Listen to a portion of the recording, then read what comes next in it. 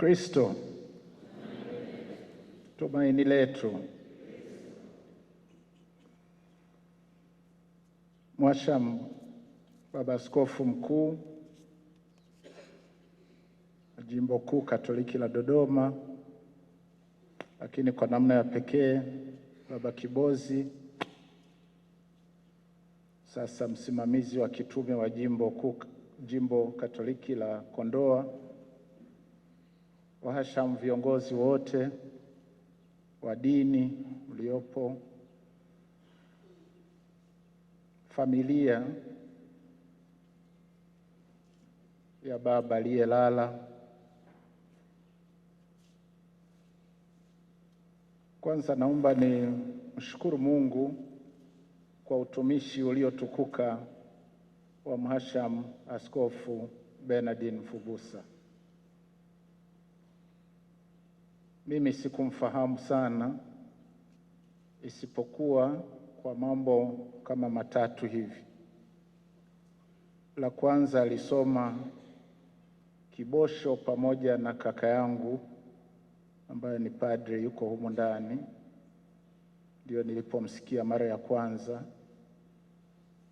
Lakini mara ya pili, mwandishi wangu wa hotuba nilipokuwa ofisini alikuwa mwanafunzi wake na alikuwa anamsifu sana.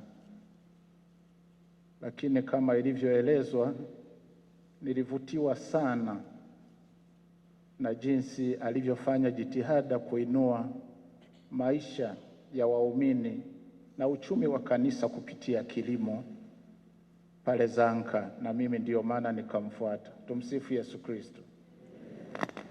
Basi na wengine tuige pia. Hata katika ustaafu kilimo kinawaboresha maisha, na tunaweza tukapata hata pesa ya kuleta kumshukuru Mungu kwa yale mema mengi anayoendelea kutujalia. Poleni sana wana Kondoa, pole sana kwa kanisa, na hata pole kwa Baba Mtakatifu Leo kwa kumpoteza kiongozi mahiri sana katika kanisa letu, lakini pia katika taifa letu. Raha ya milele umpe Bwana, astarehe kwa amani.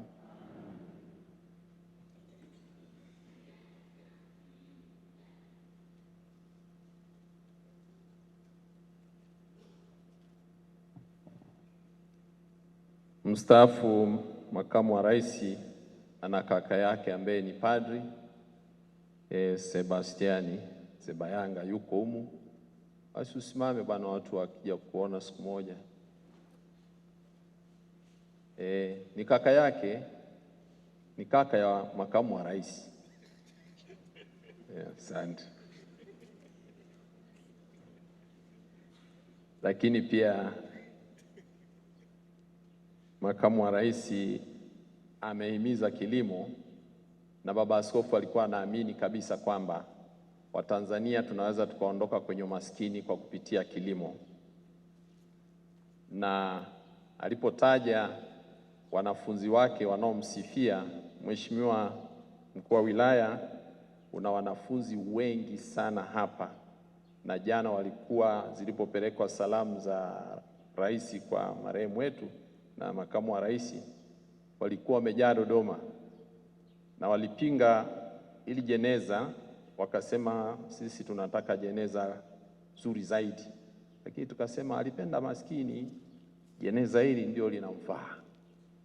Kwa hiyo mkuu wa wilaya usije kaambiwa unatoa vitu ya nani. Lakini wanafunzi wa baba marehemu, ukiona umati wote huu, wamewawezesha kwa mengi wanafunzi wake, na wako hapa wanafunzi wote mliofundishwa na baba Mfumbusa, mliosaidiwa, naomba mliofika, naomba msimame wote, kutoka kwenye taasisi, kutoka wapi, popote ulipo, simama tu, simama, nyosha mkono. Wengine watu wakubwa sana, hata kina Rioba alitoka kwa baba.